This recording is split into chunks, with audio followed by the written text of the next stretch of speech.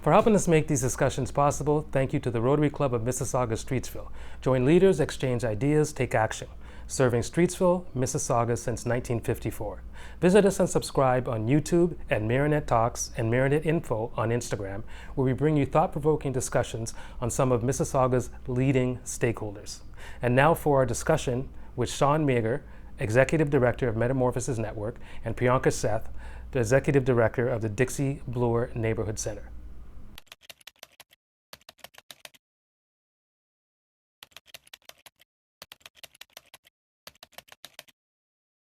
Priyanka, tell us a little bit more about Dixie Bloor Neighborhood Center. We've never spoken to anybody from there, so I'm very interested in what you're doing and how you're doing it.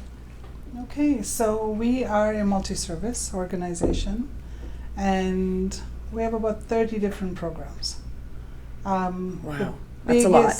The biggest bulk of it is settlement. And then the second... Can you explain to everybody what settlement means? So settlement means your language learning, you're filling out your forms when you're a newcomer to Canada and helping you walk through the process, anything from banking to driver's license to enrollment in schools to any of those. We have what we call settlement workers in the schools to work with the kids and parents, so that often language is again a struggle. I was just going to say, does that help? Do they help with language? Absolutely. Because obviously ESL is going to be a huge issue. And then to augment that, we bring the kids in, and the parents have chosen this on a Friday evening for language learning for the kids. This is outside of the school system, and this is not a funded piece of the program, but the staff decided this was helpful, and so they all commit their time voluntarily. We then have the employment portion within the what's called settlement, and that's any newcomer looking for employment, getting them from point A to point B. Whether it's getting them credentialized or sending them for upskilling or how to dress for an interview prep, the whole sort of package of what does it mean to be employed. So that's kind of the biggest bucket. Then we have a second bucket, which is early on, which is a program for 0 to 6. And most of the time, by the time they get to 5 now, they're kind of going to school. So it is the younger ones, but it's building parenting capacity by engaging parents and children. Okay. So in a sense, when you're saying that, you're prepping the children as well as the parents. Yes. And it doesn't have to be only parents. It can be caregivers, it can be grandparents, it can be childcare. Whoever's providing care for that child is welcome. And under that particular program, we have a few different streams. So we have one that is particularly for the LGBTQ population and parenting, because it's complex. And the other one we have is for dads who've been incarcerated, and we work with the halfway homes to do the program in there, so they build their relationships with the children. So when I first knew about you guys years ago, I don't think you were doing all of this back then. Nope. You have obviously grown a lot. So we started with 2. We've been around since 1988. Yes. And I think we started with childcare, like what childcare is now. We had childcare. We had a tiny little settlement program. We never had early on because we had childcare, and we had some sort of community engagement when we started. And then progressively, as the region grew, we grew, and that thereby now the 30. And so there's many aspects of each bucket of programming that is broken down into the different versions of it. And that obviously came out of the need.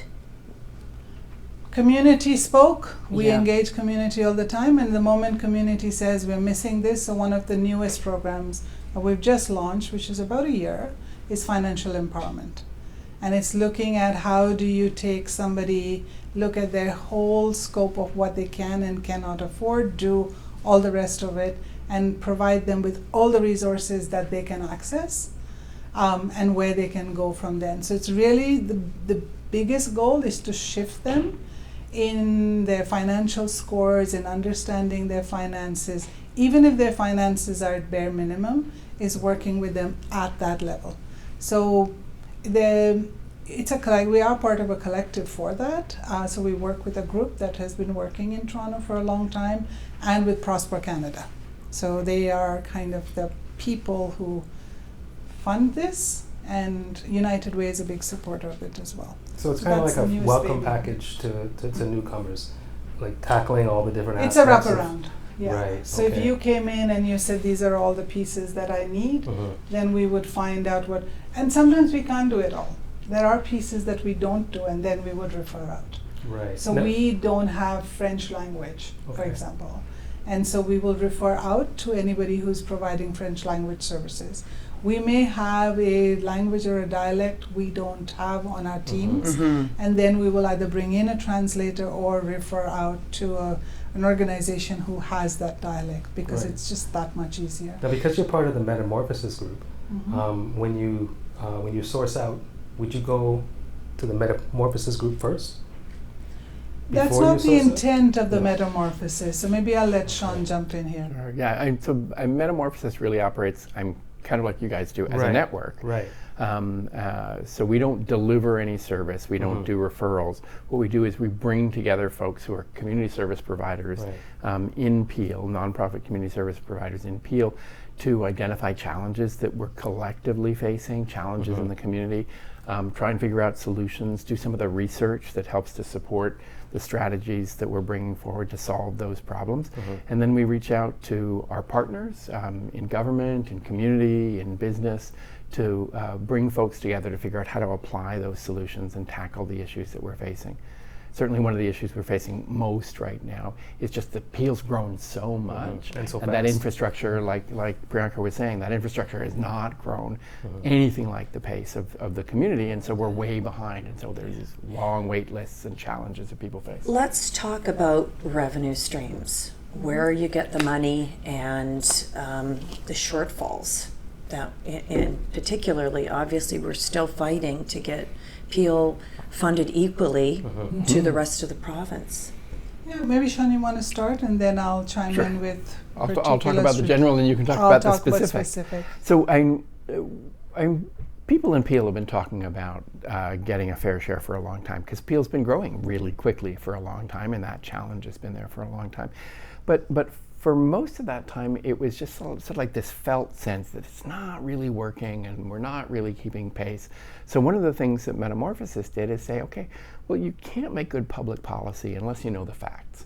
We need evidence-based public policy, and so we wanted to really gather the evidence that could respond to that. So instead of our sitting around talking amongst ourselves, we reached out and commissioned an independent research firm, Blueprint ADE, strong reputation in the public policy research sector, and said, tell us how could we do this? What's an ironclad way to create a number that tells us the answer? And they said, well, if you want to figure out what governments are doing and you want to be confident that governments will respect it, you'll have to use the government's numbers. And so we used primarily two big databases, one called the FIR database, the Financial Information Reporting Database, that the government of Ontario uses, and the other was the CRA, which tracks the amount of money that comes into charitable organizations and nonprofits by their sources. And we use those numbers to assess, first of all, how much gets invested by the province per person all across Ontario. How much do people count on to get public services? And then we compared that to Peel. And the difference was pretty big. It was $578 per person. Across 1.5 million people in Peel, that's $868 million a year that the government of Ontario invests in most communities, but not in Peel. So there's a huge disconnect in terms of how the money is being, transferred down to the different municipalities.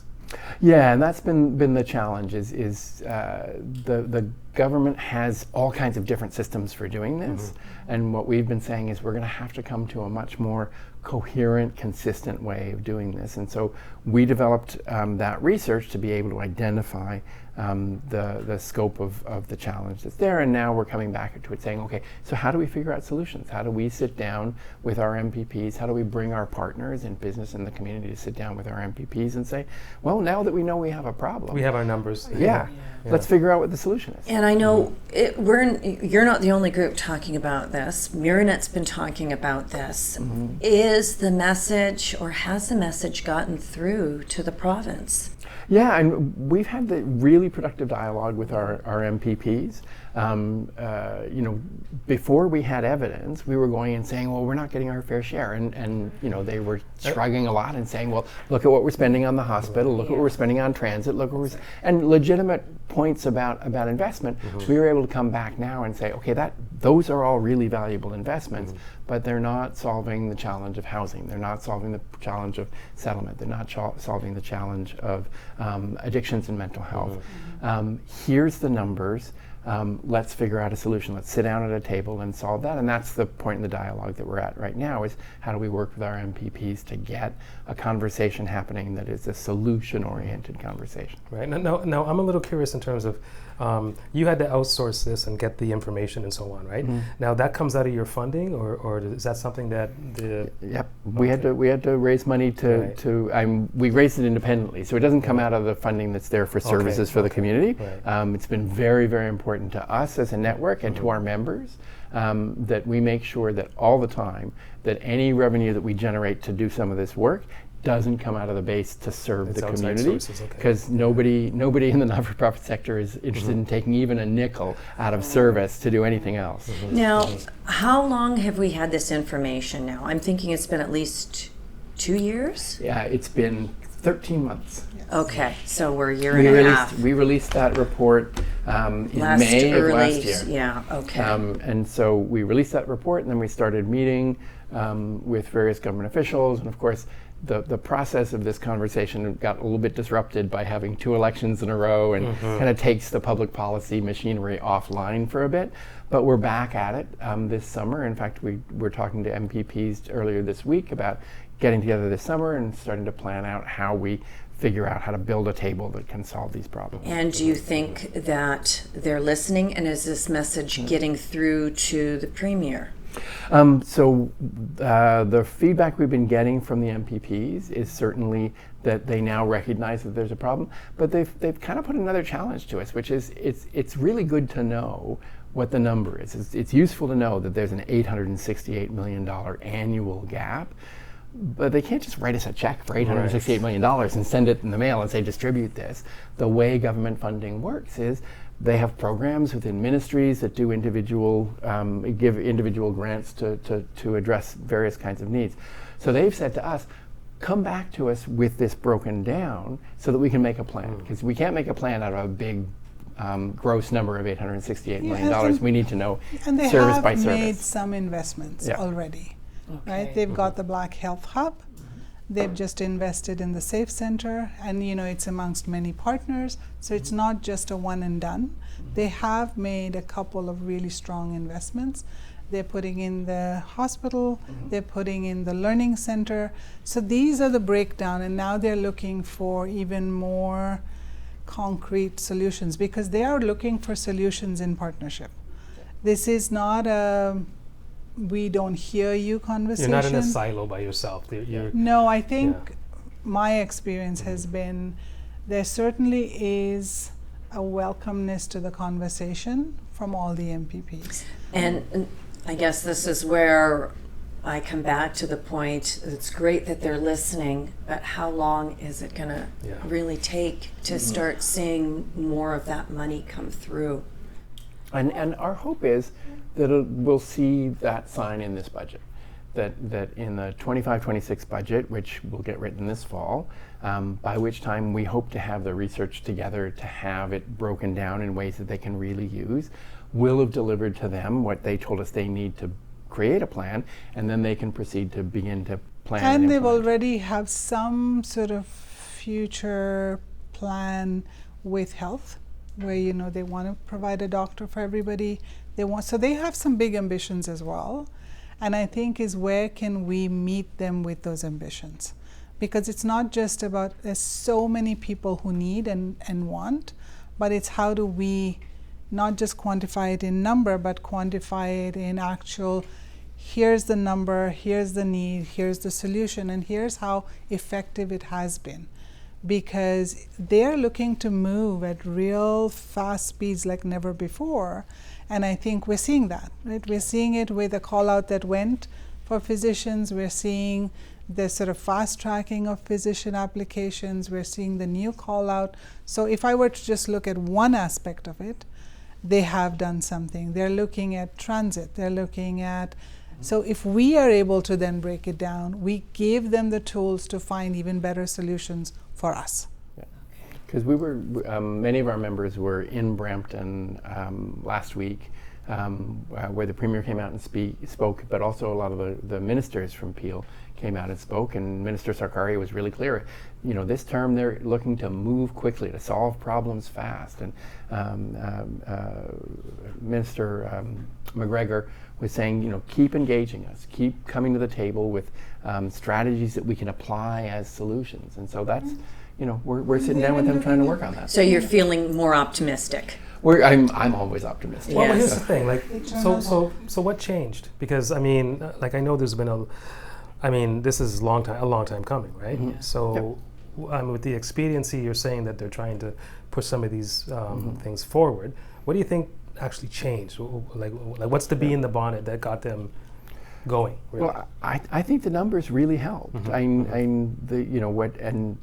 numbers really helped in the first study to say this is not just an opinion. It's not just how we feel. There's concrete data that points to this, and now we're trying to deliver on the next step of that, which is them coming back saying, okay, now we know there's a problem, but we have to figure out how to solve it. And as Minister Williams said, these are funding formulas and they're complex things, and they don't get all fixed in one big sweep of the hand. You got to go in and tinker at a granular level. Give us the granular data. And so I think data-driven public policy is really important, and we've been saying, you know, if that's what you guys need, we're stepping up. But we also have consistency in government, right? Sometimes when you have a lot of change, there's not a lot of opportunity for a long view to work. And so now they've had the long view where they can say, okay, last time this is what we looked at, this time we're going to action it. So there are some pieces of that as well, because our conversations are not new to they're the not team. new. They're not new. Right? Yeah. And so when you begin a conversation, if you can see that you can roll it out 2 years, 3 years out, I think that long view is possible right now, and I'm eternally hopeful. So I'm seeing the long view, and I'm seeing, okay, we may not see everything this budget, but I think there will be plans. Okay, here's a piece that's coming out, here's the numbers we are working with, and then as we watch that deficit go down, I don't want to call it a deficit, but just that big number go down, we will see it becoming smaller towards better. I'm hopeful. You're hopeful. And I'll add one other change that I think is also important, and this is part of it, which is that the partnerships have really grown. The event that we were at with the Premier was hosted by the Brampton Board of Trade, and they've been just a wonderful partner. They've been out there saying we can't build a strong economy if we don't have a strong community. We've been collaborating with the Mississauga Board of Trade, doing projects together with them. Just this morning we were meeting with the Caledon Chamber of Commerce.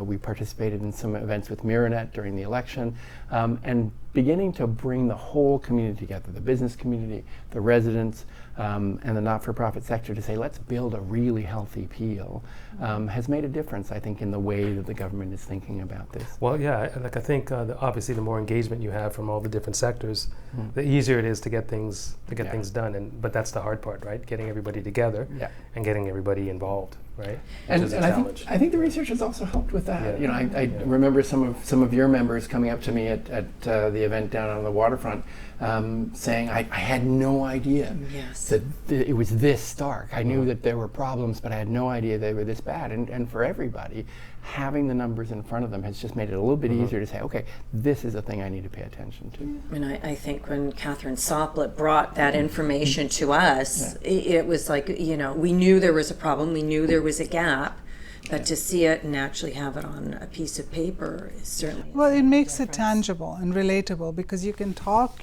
big numbers out there, but when this is about you then it's different. And it's not just about you, but it's about you and you and you and you. And then that's that common vision to say, if it's affecting all of us, then let's get together and make that change. And it gives you that power when you're dealing with the province, you know, to have that tangible proof that there's a problem here. Now, having said that, I think it's also important to note that our taxes are continuing to grow up. Obviously, the city has just funded a huge portion for the new hospital. And how is that going to get funded? Well, we're going to be given another levy. So, and that's a problem too, because we're all in Peel going to be paying for that. Yeah, and that was also part of our research. And after you get through the early pages of that study that show how big the gap is, one of the things that we'd also noticed was that because that gap is so big, the municipal governments, you know, they kind of had a choice to make. They could stand back and say, wow, there's a really big gap and things are starting to come unraveled, but it's not our problem.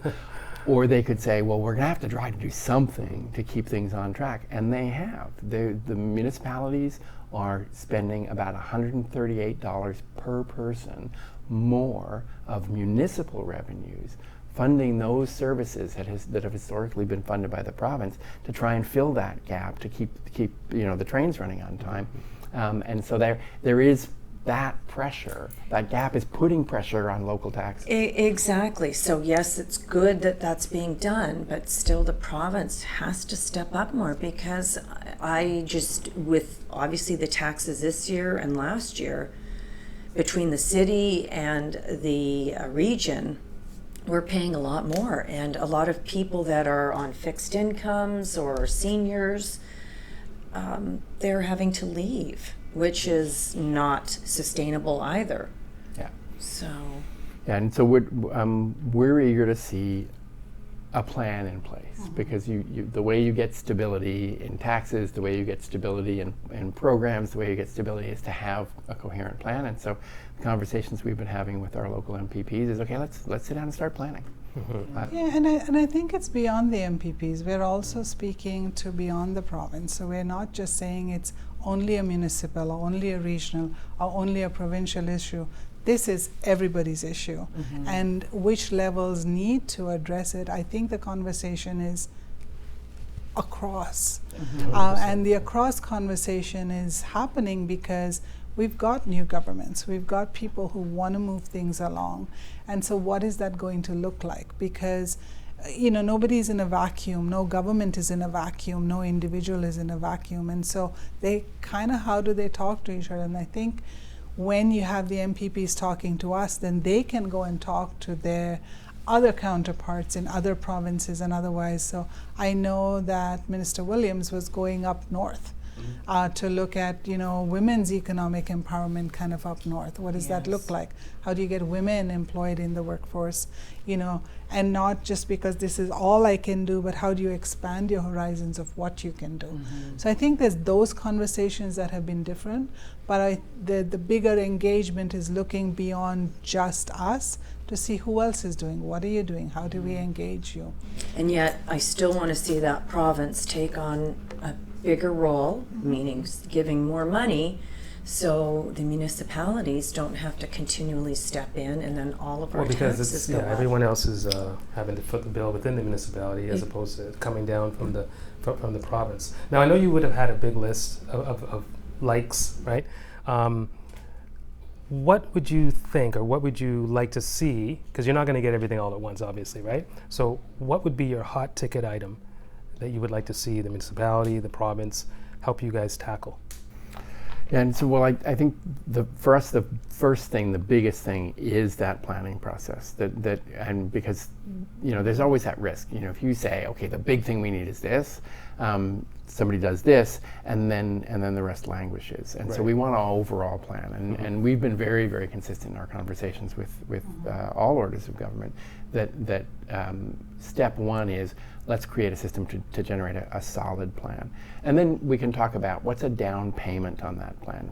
No government is going to change their funding by $800 million in a single year, and I don't think anybody really would seriously expect that. But how many years? What are the steps across those years? That's what we're looking for more than anything else. There have been some really great goodwill gestures, and Priyanka referenced a few of them. I mean, the Black Health and Human Services Hub, really important investment for a segment of the community that really is facing some serious needs and challenges. The Safe Center that addresses domestic violence, a really significant investment for a Safe Center right here in Mississauga. Those are big steps forward. There's still a ways to go, but that's exactly the kind of thing that we're hoping to see is let's make a plan, let's make some investments that demonstrate a seriousness about implementing the plan, and then let's stick with that plan all the way through. Have they gotten to the point yet where you're talking about how many years it might take to catch up? Well, we're still responding to their last request for information, so we're doing that research to break it down. Okay. It's hard to know how long it will take to fix something unless you know exactly what the mechanisms for fixing it are going to be. Yes. And so they're quite rightly saying, give us the tools that we can use to make a plan sector by sector by sector, I mean, service by service by service. And so we're working on that. Yeah, and I think one of the challenges but also opportunities we've had as Metamorphosis is looking at it sector by sector by sector, because you can again look at sectors in silos, but how does one sector affect each other? And if we say the nonprofit sector, that's a massive sector, but within it, who does what? And so, you asked me about DBNC. Yes. And I said, this is what we have, but then within each umbrella, I have many different pockets. So you think of all of those pieces. So how do we bring the unified voice? So if you think of it as an umbrella, the spokes, each one of us is a spoke. That's our, how do we we talk bring about it to the that spoken core? wheel all the time. And that's what we're trying to do. Like, here's all the pieces of the puzzle, and now we can work to put the puzzle together. But if we don't have the right pieces, then if I give you preference over somebody else, then that's not an equitable model. That is not a model that will work, because then you'll have one group saying, well, I was not paid attention to another. So I think finding that balance for anybody, for us or for the governments, is going to be that big next step. And if we can find that, that's a win for all of us. And that's a juggling act, obviously. Yeah. And it would be, not, it wouldn't respect the real circumstances that we're in not to recognize that one of those pieces of the puzzle is not coming from here at all. One of those pieces of the puzzle is coming from south of the border. Delve into that a little bit more. Well, I mean, the economy is changing. Yes. The uncertainty and the disruption of the rising and falling and shifting and moving tariff situation is. We were talking to the Calgary Chamber of Commerce this morning. They're saying that their members are feeling it now. That they can't buy the things they used to buy for what they used to buy them for, and they can't necessarily sell them for more. And so the retail world is changing, the manufacturing world is changing. And people's ability to actually purchase these things, because as you said, there are rising costs associated with it. Yeah. But at the same time, some of us won't have employment because of this, right? So it's going to affect everyone across the board. And I know Trevor and I are both self-employed, and this has been a horrible year for a lot of my clients. Yeah. So we're certainly hearing that from our business partners, and we know that as you say, when there's a disruption in the economy, all kinds of things happen. One of them is fewer people have jobs, or people have jobs that aren't as able to meet their needs as and they have to start cutting back on certain things. And there's more stress on the system, the food banks. There's more stress on the people. There's more stress on the systems. There's more stress on the food banks. The need for housing supports and mental health supports and food security supports goes up. It's a trickle down effect. Yeah, and so we're taking this already stressed system, and people in other countries are putting new stresses on it, and so that's the other place where we're eager to do some planning is to think about and And the last provincial budget, there was a lot of content there. The Protect Ontario Fund, $5 billion to try and tackle the challenges that we're going to face. That's a significant investment. We're excited about that. Now we want to figure out, okay, how does that roll out in real terms, both to protect jobs and business, but also to enhance the supports that people will get when they fall through the cracks of that. And we have been hearing mental health. We have been hearing food insecurity. That's another, 100%. Housing is an issue, but the mental health and food insecurity, you are hearing it in much louder volumes. And food insecurity, especially right now, because then if you think of, okay, so south of the border we have mayhem happening, but you've also got larger issues, and we are coming on the heels of a pandemic which created a whole bunch of issues. So this is roll after roll, wave after wave of issues that have been unprecedented. Like nobody could have predicted, 7 years ago. Well, it's almost like piling on, because I mean, we've never really gotten a break from 7 years ago. Yeah. It's one thing after the other, and I can see the mental health issue just strapulating. Oh, even food, right? Yeah. We've talked about food and how there's channels that food comes through. And when those channels are disrupted, I mean, we all know how much food matters to every human being. And we started something, and I'll go a little bit into another little program. So during the pandemic, one of the biggest issues we came upon was food. Like people just could not make ends meet. And so we started putting together, we're not a food bank, we partner with food banks, we partner with other people, but we put together these little packages. And we started maybe 5, 6 families. We're up to about 60 families now. And so they come, they pick up their package, and they leave. And again, we pull money from everywhere. DBNC started with the theme Neighbors Helping Neighbors. That's what this is. We call it a community care closet. It literally is that, the community caring for community. So there's donations that come in, the food bank gives us their excess, and then we redistribute it to those who are really in need. And if you were to witness the joy of somebody coming to pick it up, remove the shame and give them the joy, there's nothing more powerful than that for any individual. So you've modeled the same concept as the food banks? It's not this, because the food banks have a little bit different. They have, I'm not sure, different food banks do it a bit differently. You can go in and shop for what you need, or you have a list you can choose from. For us, we have an application form that goes to the families. They tell us their needs. We can't meet everything, but what we can, we will package and give them. So yes, our food does come from the food bank, but then we have things like shampoos and sanitary items and baby products and other, sometimes it's clothing, sometimes it's transportation, tickets, that it just depends on what we can get. But those are all put into a package. And as I say, we started with 5, and now it's a thing. And if you go to my staff and say we can't do the care closet anymore, I will have a mini explosion on my hand. A meltdown. Serious meltdown, because they know what it's like to talk to those people. Yes. And they get really upset when we even begin to say, where are we going to find the money from? And they will go out to community. And community has been a blessing, always, and will continue to be. Now, when you How say we build community, do you mean your local community here? It's everybody. It's everywhere. I will go to an event in Toronto sometimes, and I'll be talking about it, and somebody will say, well, whatever I get for my birthday, I'm going to donate it. And this is what it has to go for. Our mayor has donated, our local councillor has donated, and they all say, okay, this is for the little closet you've got there, and it is a closet. It's not a big space. It is 1/10 of this room. Right. So you mentioned, some of the ways that you might get contributions, right? How are you guys handling it in terms of, Metamorphosis and all the different organizations under the Metamorphosis umbrella in terms of outreach? And it's a great service that you guys provide, and with all the different arms within the umbrella, or the spokes on the wheel,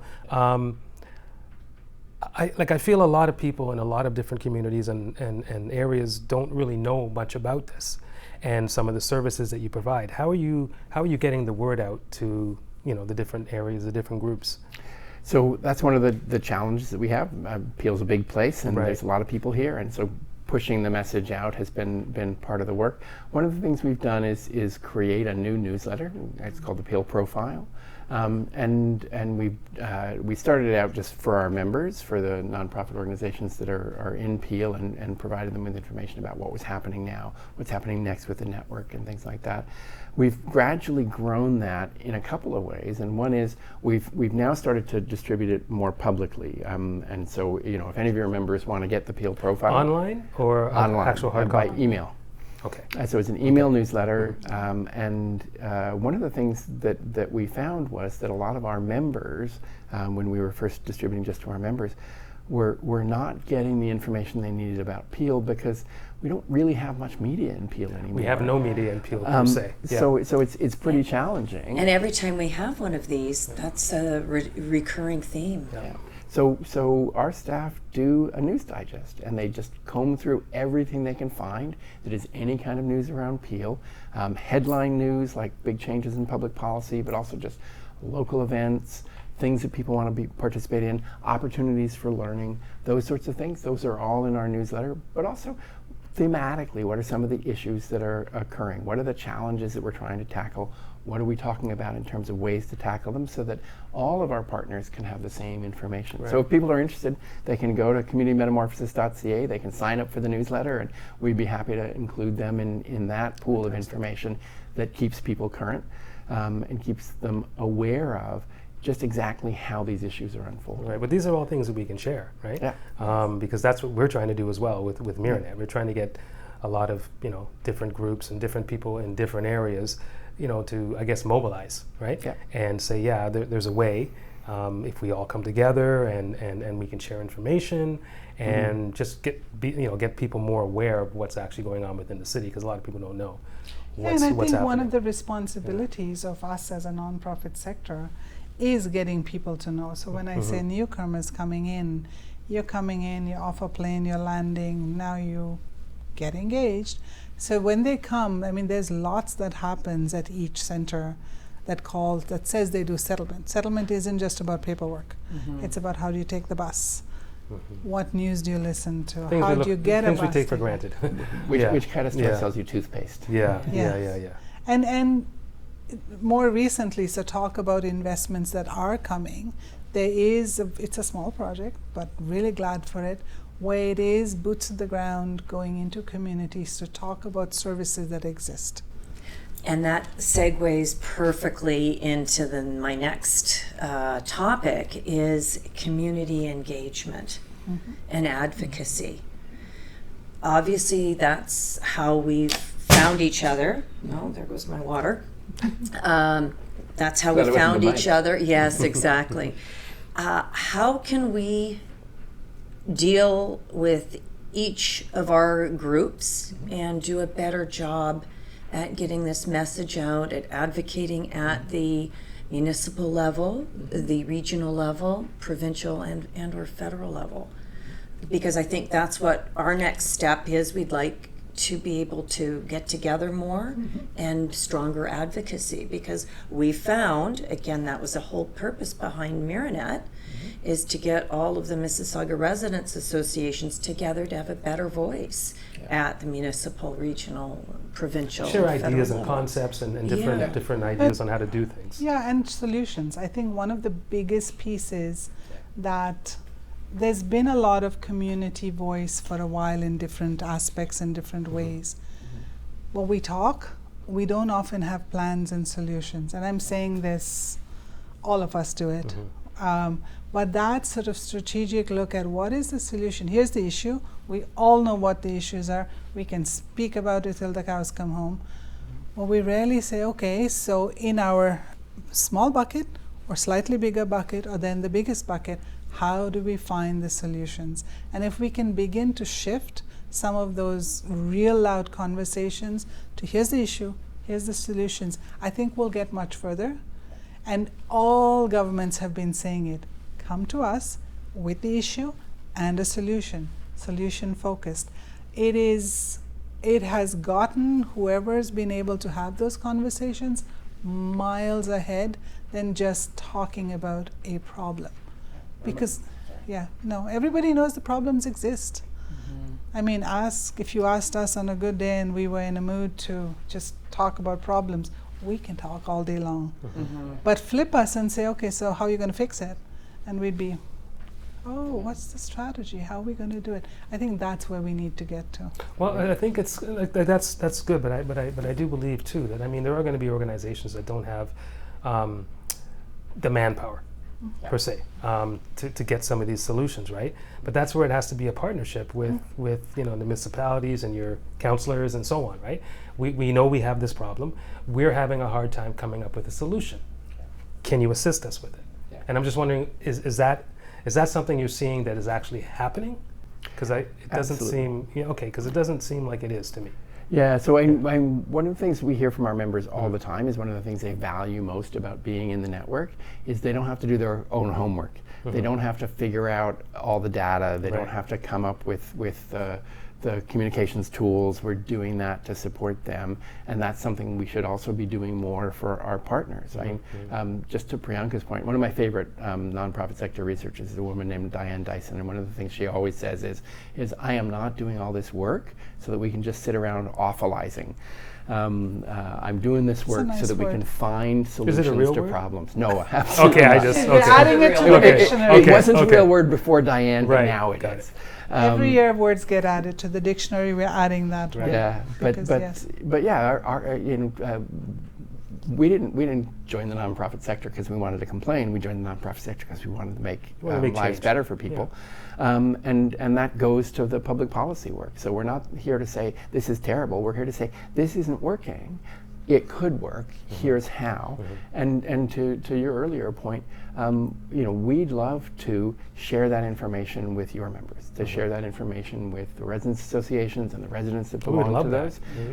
Come out to local meetings and we can walk people through what do we know about the challenge we're facing, and what do we know from that data about how we apply solutions, and how do we engage our partners in public policy in finding those solutions. It's like community gardening. Yeah. When it became a thing, there was all these blank spaces and people struggling, and then there were these gardens that came up. We have one on the side, and people walking by will say, oh, we took some herbs from your garden, we'll get these little notes. But that is how it builds, that there was a need and community gardens came about and people could now have, in summer, food. Winter is a different story, unless, people start doing this room would work. This room would definitely work. Alternative gardening. Yes.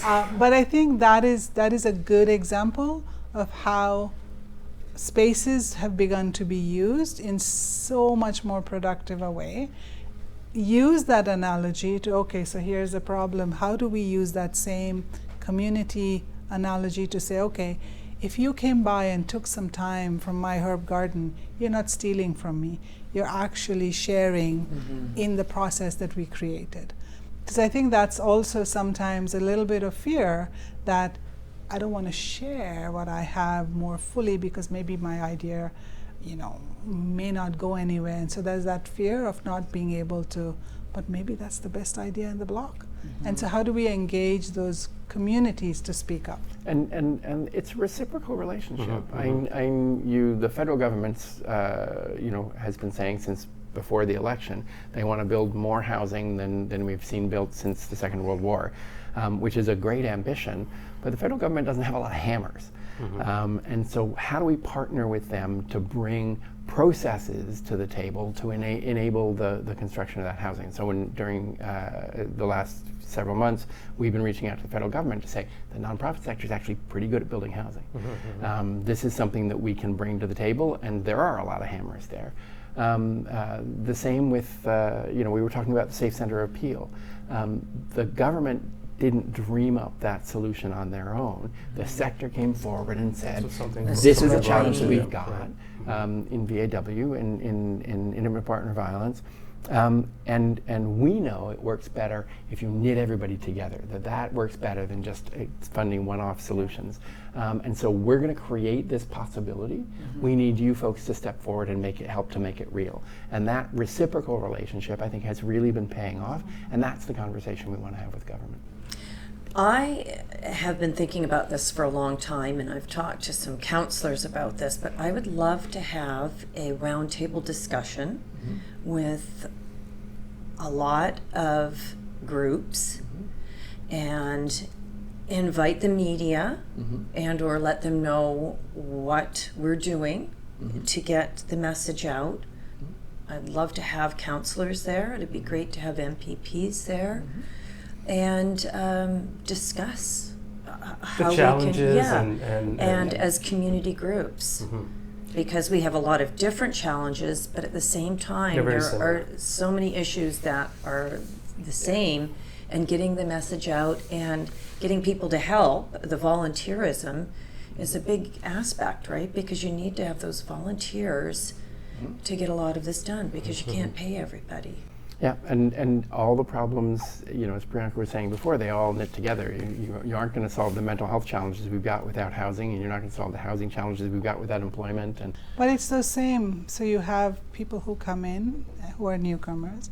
They would be a great volunteers, because they're saying, we need to know the country, we need to know our community, we need to know, and you're saying, okay, so you come here and I can provide this for you. And that is a non-paid, wonderful experience that happens. But I mean, it also we're always looking for volunteers, right? Anybody in the community. I mean, it's just, and I'm sure you guys are too. A lot of your groups are. So I don't know what you think about that, but I'd love to have something in the fall. I mean, we When it need a gets a lot cooler. space. Yeah, we need a space, obviously, that is provided hopefully by the municipality for free for us to all get together and invite. And I would say what would be our focus, because every time we've had sort of our big meetings, we've always had a focus. And so, space and ask is, I would say, the least of the what is going to be For you maybe. For us, we don't But really We have don't- space, yeah. right? No, but I'm talking partnership, right? Yes. Well, We- I'm thinking, this is what I'm thinking. Something that basically you'd have to have a few, I guess, not roundtables, but discussions with participants of the groups that would want to attend or participate in, and you'd hash out what would be the main directive, because we're all going to have different issues, we're all going to have priority issues and so on, and collectively, right, we could all come up with something that we all feel the strongest about. For know what I me, mean? I right off the top, it's advocacy and community engagement. Yeah. And that's the space that I think we all want to be in. We need dialogue. We need to bring people together. We need to have dialogue. We need to be talking about the way that the issues that affect us all bump up against each other, and that's exactly the process that we're trying to build. Similar to your description, is how do we make sure that dialogue is happening? So we'd love to talk about how do we grow dialogue in Peel over the course of the next year. So you'd be willing to do? We'd be willing to something do like that? anything that grows dialogue. Because there's a lot of apathy. Lovely. There's a lot of apathy within our city, right? Like across the board, right? So that's to me And the the lack biggest of challenge. knowledge. I mean, Knowledge, people apathy, just don't it's know. all kind of wrapped in together. But I mean, you I think know? going back to the newsletter, Uh-huh. one of the things I know, and everybody has this much time to really invest in, reading something other than whether it's your work or your own likes.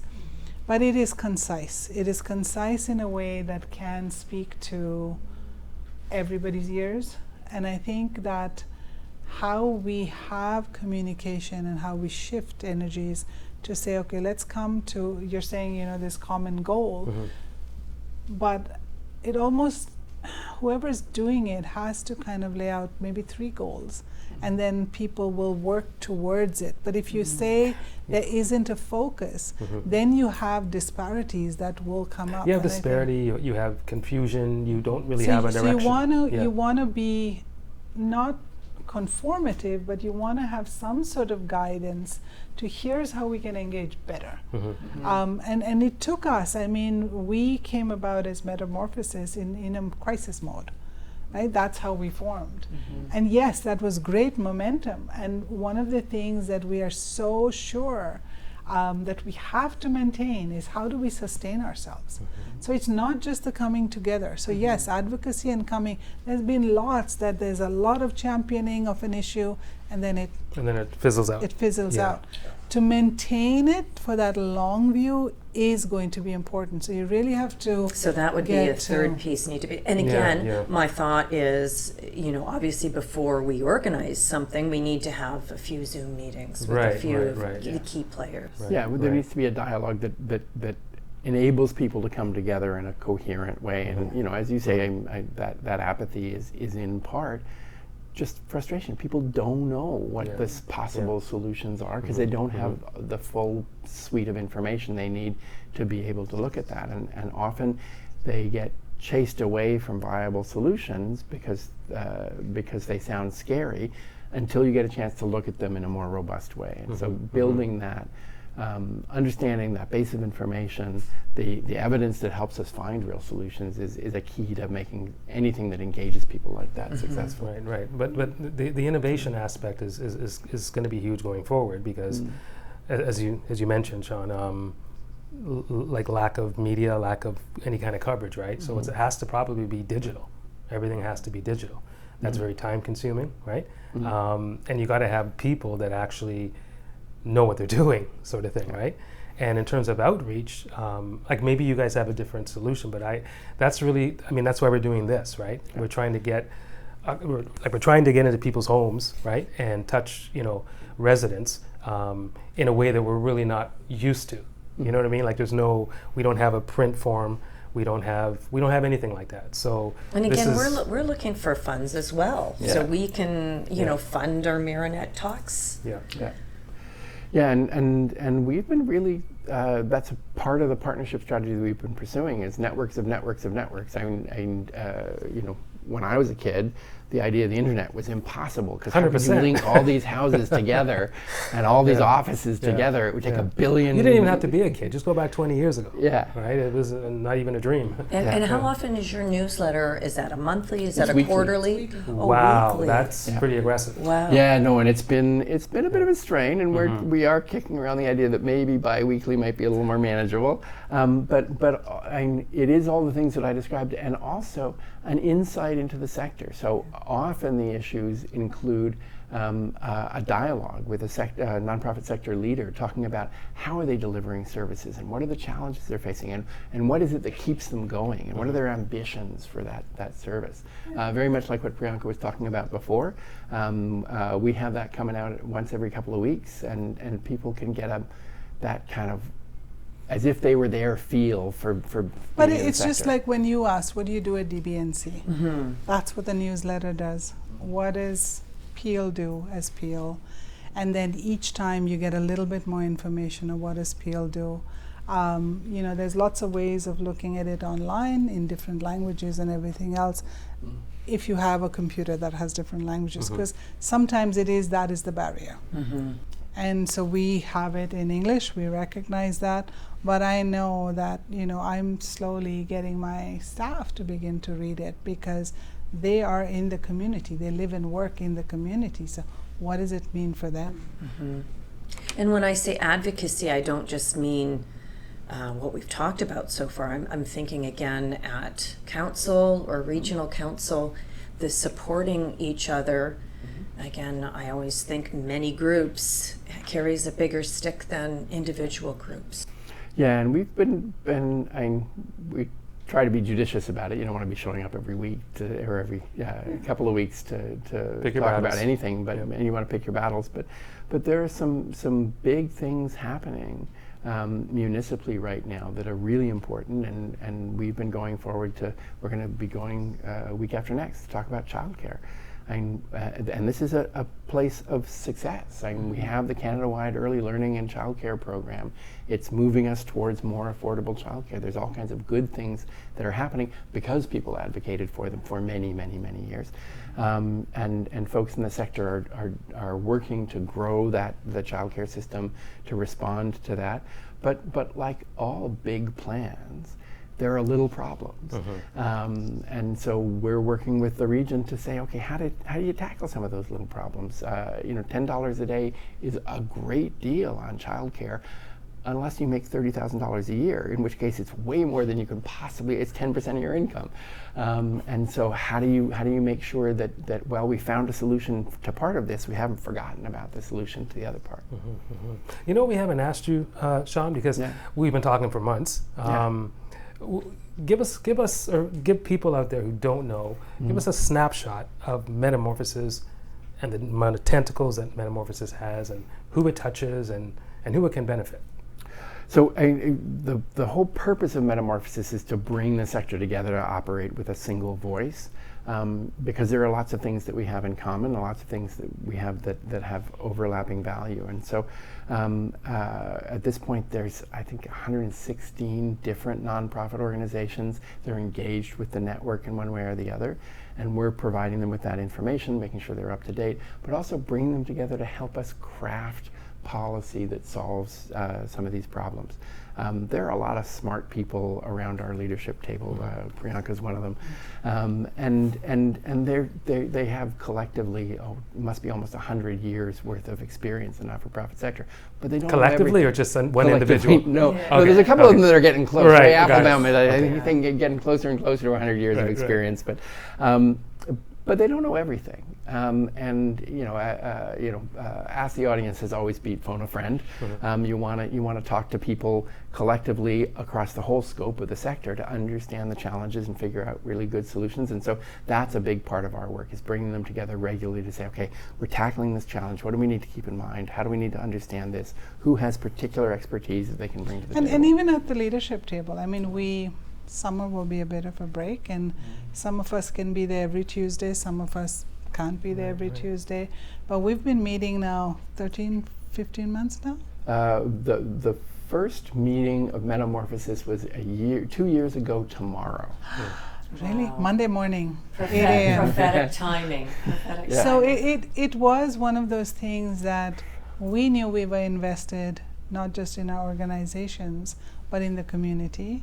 And we don't have the same skill set. So we've got some really seasoned players, like we're saying, who have 100 years of experience. We've got some who are kind of just getting their feet wet and thinking, okay, so what do I need to know? And what do I need to know? Or what do I bring to the table? I might bring a very different viewpoint than Ray brings, and sometimes we agree, and sometimes we're like, I see it differently.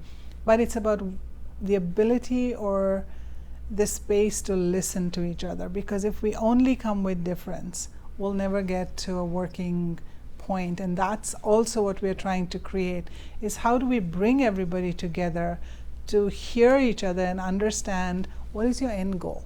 What is the end goal? Is serving the community. If serving the community is your end goal, then sometimes those differences become moot points, and you then look at the bigger picture of, this is the individual I need to serve, and this is what they need, and that removes the noise around it. Wonderful. And part of the work that we've sort of embarking on now is also, how do we make the sector stronger collectively? So we had a meeting a few weeks ago with some of the folks from the Neighborhood Group, which is a network of community services in Toronto, because they've been really good at helping small nonprofits grow into bigger, stronger ones. They have 100 small nonprofits under their wing that they support all the time. And this type of information could help a lot of different groups. Yeah. So how do we build that capacity so that our members are coming to the table, sharing their expertise, acquiring expertise from their colleagues, and becoming stronger and more effective supports in the community as a result? Fantastic. Yes. I want to thank you very much, both of you, for sitting down and talking with us today. Is there anything else that we haven't covered that you'd like to mention before we wrap up? Well, I just say that, and we mentioned it before, but I'd love to underscore it, is at the end of the day, it's about the community coming together to collaborate around creating solutions. And so we're excited to be here today with MIRANET.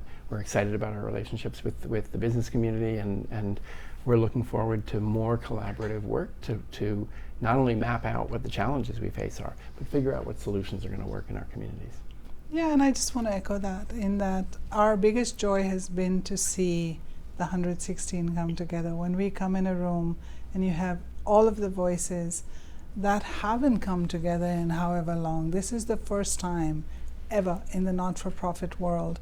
So the neighborhood group, they support them in different ways. For us, it's a voluntary engagement with the organization. And that power and that momentum that is still there, 2 years in, thank you for that, I'll have to go back to my morning, is how much joy do we get from that, to know that crisis has shifted, elections have moved on, and now we're in a place where we can look at what does tomorrow look like. And tomorrow might look a little bit chaotic, but then what does the day after look like? And every chaos that we can move beyond is a day towards stability and a day towards progress and a day towards coming together.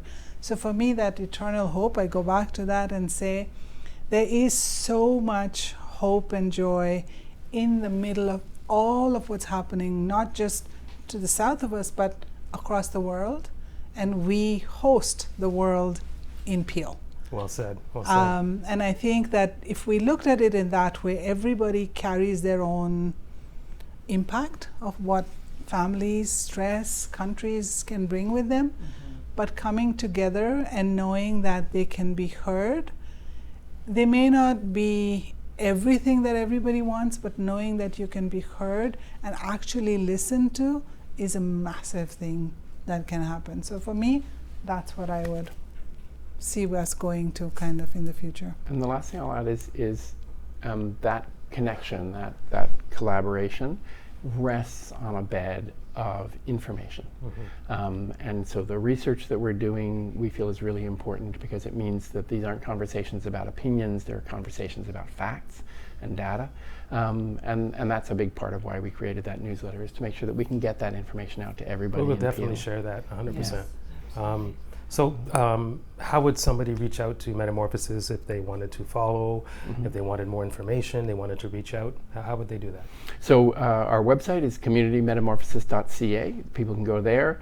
It's got all our social links, which are usually Peel Metamorphosis in most of the platforms, except the ones that require very short platform names. And of course, they can always email us at info@communitymetamorphosis.ca, and we are more than eager to connect to anybody who's interested in creating, good public policy to help create a stronger community here in Peel. Fantastic. And Priyanka? Yeah, so again, we have our website, which is www.dixiebloor.ca. You don't have to say www, but that's okay. It's okay. The World Wide Web, right. that one. I'm just, it's just interweb. The interweb. But it's dixiebloor.ca. If you get to that, all of our information is on there. We're in the process of really revamping our website as well to make it more community focused. We're looking at what we are calling a DB&C University. Well, there's learning components. How do we post other people's information in a different portal but still access through our site? So lots happening in kind of the virtual world, but everything's on the website. So I say go to it and you'll find us. Thanks. That's Thank you. fantastic. And thank you. Yeah. Thanks for doing this. It was a long time coming, Yeah. right? So thanks everybody for joining us again on MIRANET Talks, and you can reach us on YouTube at MIRANET Talks. And again, this has been fantastic, and we can't wait to get this out to our residents, and hopefully we can share it across multiple platforms, and we can reach more people within the city of Mississauga. Fantastic. So thanks again. Thank you very much. Okay.